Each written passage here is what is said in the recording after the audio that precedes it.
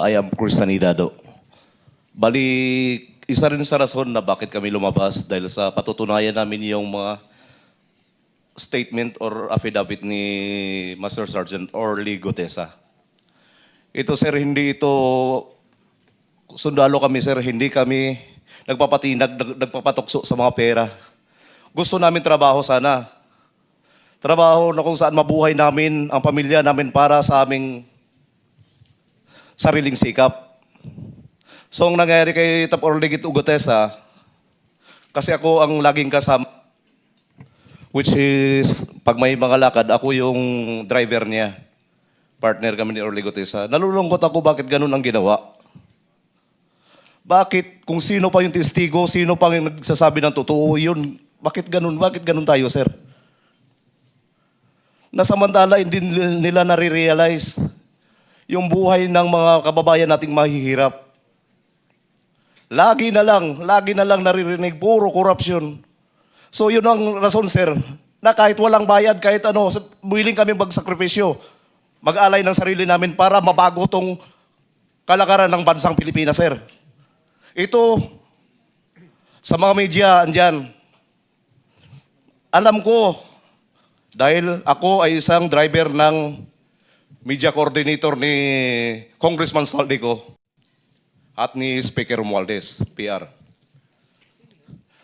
Sa House of Representatives, media parking,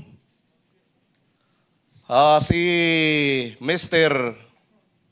Robin Manahan ay hinahatiran namin ng paper bag.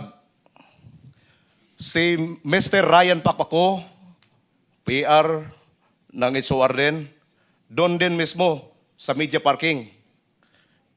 At yung media parking na yun, minsan nag-aabang sila doon. Minsan kami nag-aantay din doon. Doon lang sa media parking, naka-paper bag.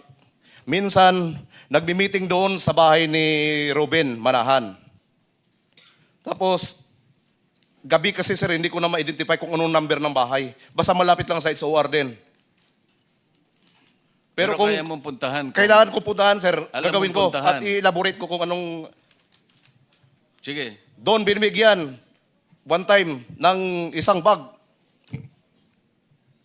Isang bag na puno ng pera. Bakit ko alam na pera, sir? Dahil sinasabi ng PR na yan sa akin, PR ni Kung Saldi, na Chris, bantayan mo muna Chris, huwag mo iwanan ng sasakyan. Perang laman yan sa loob.